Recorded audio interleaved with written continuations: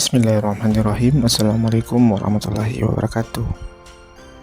Perkenalkan, saya Putra Fajriwanto, SPD, calon guru penggerak angkatan 11 dari SMP Negeri 1 Bukit Tinggi. Pada kesempatan kali ini, izinkan saya menyampaikan kesimpulan dan refleksi pemikiran Ki Hajar Dewantara yang terdapat di dalam modul 1.1.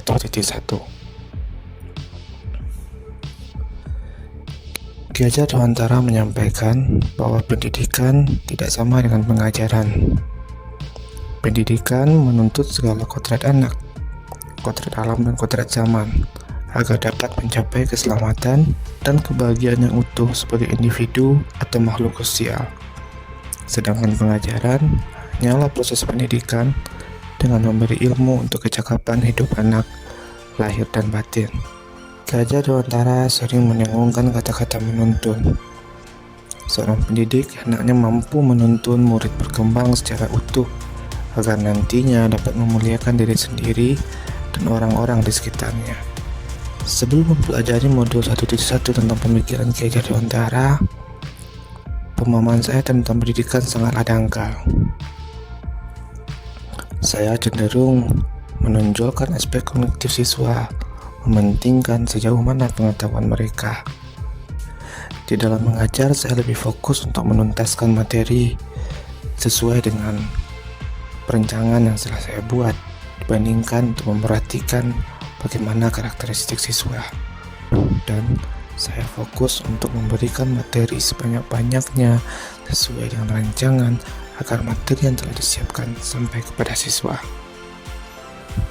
Sebagai guru, saya juga menjadikan KKM sebagai patokan ketuntasan. Asalkan anak-anak di atas KKM, berarti mereka sudah tuntas terhadap satu bahan atau materi. Terakhir, saya sering menjadikan murid sebagai objek pembelajaran. Saya menjadikan murid sebagai sesuatu yang tujuannya untuk menerima apa yang saya sampaikan, tujuannya sebagai penerima. Lalu apa yang berubah setelah saya mempelajari modul 1.1? Saya menyadari beberapa hal, bahwa ternyata aspek pendidikan itu tidak hanya kognitif. Selain kognitif juga ada aspek psikomotor, afektif, spiritual, sosial, dan budaya, yang semuanya itu penting bagi kehidupan siswa. Lalu saya menyadari, seharusnya sebagai guru, saya dapat melakukan pembelajaran menyeluruh di dalam kelas, tidak hanya fokus kepada materi. Saya dapat mempelajari karakteristik dan keunikan siswa agar siswa dapat berkembang sesuai minat dan bakatnya. Saya menempatkan diri sebagai fasilitator, sebagai orang yang memfasilitasi siswa dengan kemauannya, sebagai orang yang memfasilitasi siswa mencapai cita-citanya. Lalu saya beranggapan sekarang bahwa siswa sebenarnya adalah subjek. Harusnya semuanya berfokus kepada mereka. Harusnya merekalah sebagai pelaku pendidikan yang kita siapkan, hingga akhirnya cita-cita Ki Hajar Dewantara dapat tercapai, yaitu menuntun siswa sesuai kodratnya. Untuk pembelajaran yang bisa saya terapkan di kelas, ada beberapa hal.